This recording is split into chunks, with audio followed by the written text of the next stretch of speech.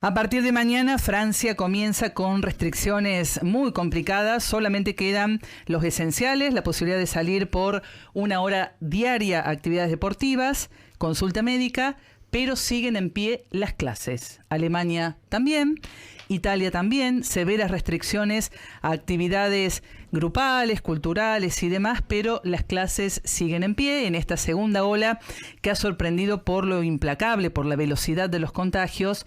Europa, por el momento, hasta ahora, decide no suspender las clases, evaluando, por supuesto son clases con protocolo, no es la asistencia que Claro. existía antes de la pandemia, pero se ha puesto ahí la mirada para que los niños, los adolescentes estén en la escuela. Y acá hemos preguntado muchas veces, a más de 7 meses de cuarentena, si hay alguna chance. Queda muy poquito del ciclo escolar, apenas un mes y algunos días, pero bueno, la pregunta sigue en pie, está en voz alta. Hay grupos de padres que están reclamando, al menos para sexto grado, sexto año, el tener la posibilidad de un último contacto con ese nivel de la escuela primaria. Y vamos a hablar con alguien que sabe mucho de escuelas, que sabe mucho de educación. Es el padre Alberto Bustamante, sacerdote, vicario de la diócesis de Villa María, pero que fue presidente del Consejo Superior de Educación Católica. Padre Alberto, ¿cómo le va? Buenos días. Buenos días, Laura. ¿Cómo le va? Hacía varios días que queríamos tener este contacto, sobre todo por su mirada, ¿no? ¿Hace falta, hay alguna manera de pensar en que los niños estén otra vez en el aula de alguna forma? Bueno, mira, Laura, ¿no? Yo digo lo siguiente, ¿no es cierto? La educación es un proceso muy complejo, ¿no? Que no se reduce a la transmisión de conocimientos. Que de hecho conocimiento hay más distribuido en la red que en la sapiencia del educador, ¿no? La educación siempre es un encuentro de personas. Yo siempre me gusta decir que al aula no es que llegan neuronas a las cuales yo tengo que llenar de conocimiento. Uh-huh. Por lo tanto es un proceso que busca artesanalmente siempre acompañar proyectos de vida de una manera integral, ¿no? Alguien sabía hablar siempre de que la educación supone el lenguaje de la mente, del corazón y de las manos, ¿no? Y en ese proceso es fundamental la dimensión socioafectiva, ¿no? Si sin el cultivo de esa dimensión se deteriora mucho la posibilidad de aprender. La presencia, la escucha, la mirada, la acogida afectiva son condiciones, indispensables para educar.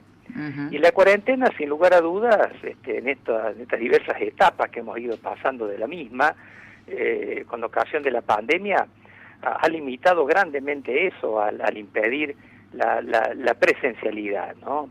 Un chico triste no aprende, un chico deprimido no aprende, un chico en pijama acostado en la cama no aprende, y mucho más. Incluso tenemos en cuenta grandes tensiones e encrucijadas educativas que tenemos en Argentina y que no lo hemos podido ni siquiera resolver con la presencialidad, ¿no?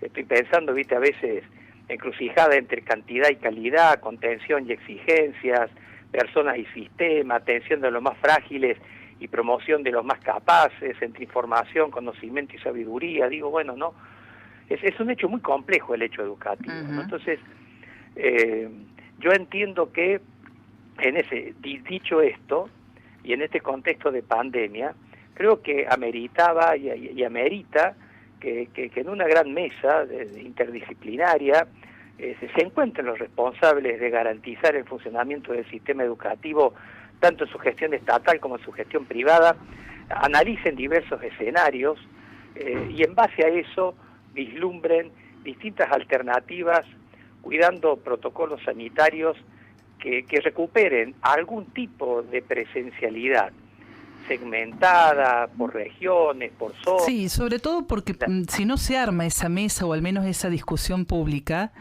el panorama en marzo del 2021 no va a ser muy diferente del que tenemos hoy. Pero seguro, Laura, mira, yo siempre digo, no es propio de los dirigentes imaginar escenarios de futuro, proyectar escenarios de futuro y para cada escenario prever una alternativa.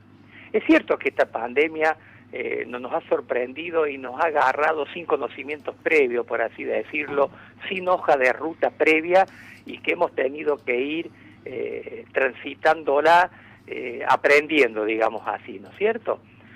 Pero yo como dirigente me tengo que imaginar, a ver, digo, yo me pongo, ¿no? Tres escenarios posibles. Un escenario de muy largo plazo, un escenario de post-pandemia y con vacuna. Que eso uno lo dice, lo piensa como de muy largo plazo.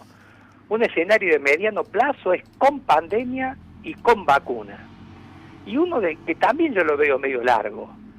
Y un escenario de corto plazo es con pandemia y sin vacuna, que es el escenario en el que estamos actualmente, ¿cierto? ¿Y por qué cree usted, padre, que no nos animamos a dar esa discusión?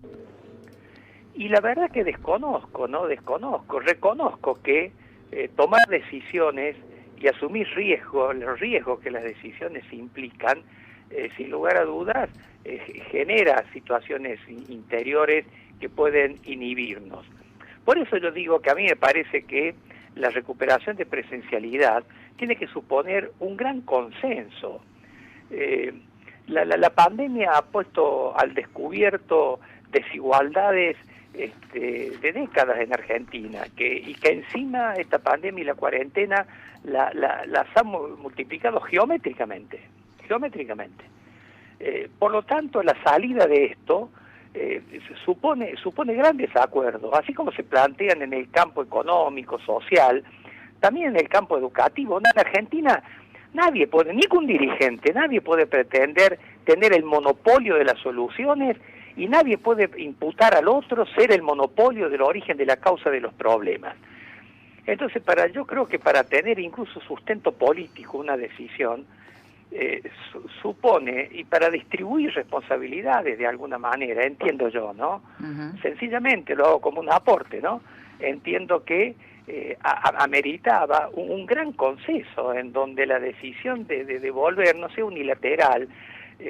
El hecho educativo implica papás, implica alumnos, implica educadores, educadores que han hecho un esfuerzo enorme de aprendizaje en utilización de las nuevas tecnologías para comunicarse con los chicos, que han estado trabajando quizás más horas de las que han sabido dedicarle cuando hemos tenido la presencialidad.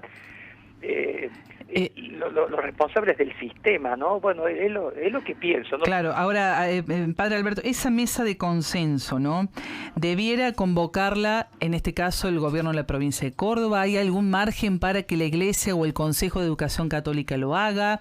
¿Debe sí o sí participar el gremio? ¿Usted ve alguna chance de que se sumen a esa mesa? Porque en algún momento hay que dar esa discusión.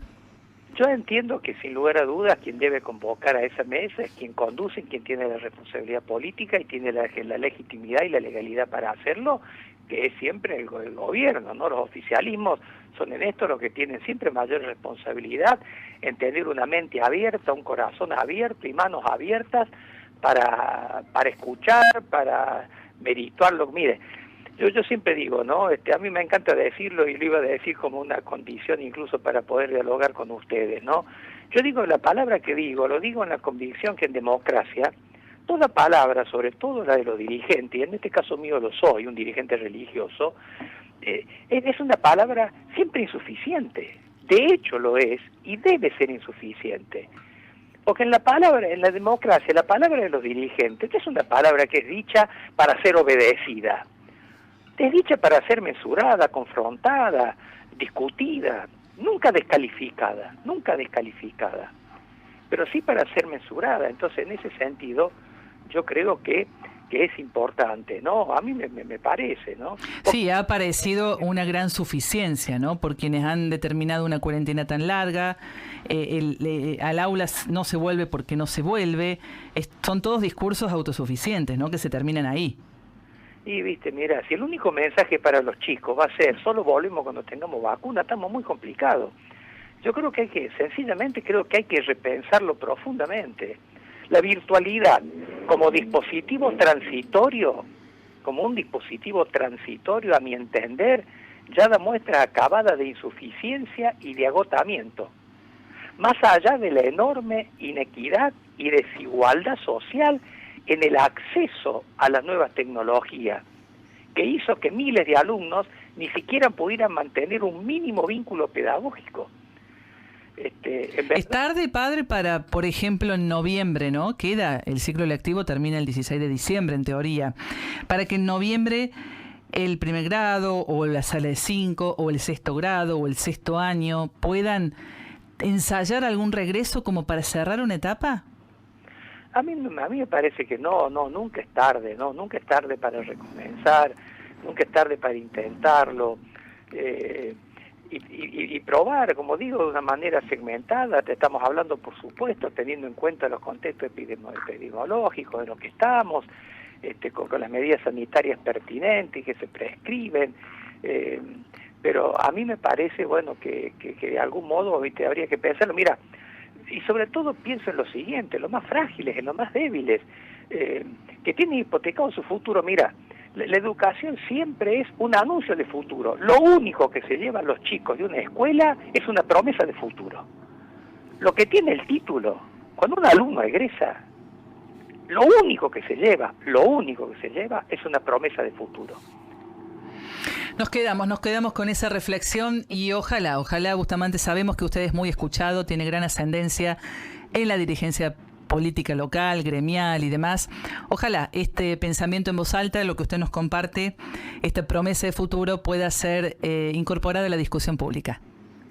Sí, quisiera añadir una cosita más. Mira, Fernando Savater decía que la escuela, no solo que el futuro de una nación pasa por las aulas y el futuro de una persona pasa por las aulas, sino, decía él, siempre que la escuela termina siendo el último refugio de lo humano, ¿no? Y las tenemos cerradas. Creo, ¿no?, que más allá de estos escenarios, repensar serenamente y en conjunto con todos los actores involucrados en el hecho educativo, a mí me parece un gran desafío, ¿no? Muchísimas gracias por compartir el pensamiento con nosotros. No, Laura, gracias a ustedes por comunicarse. Un gran abrazo. Era el padre Alberto Bustamante, vicario de la diócesis de Villa María, expresidente del CONSUDEC.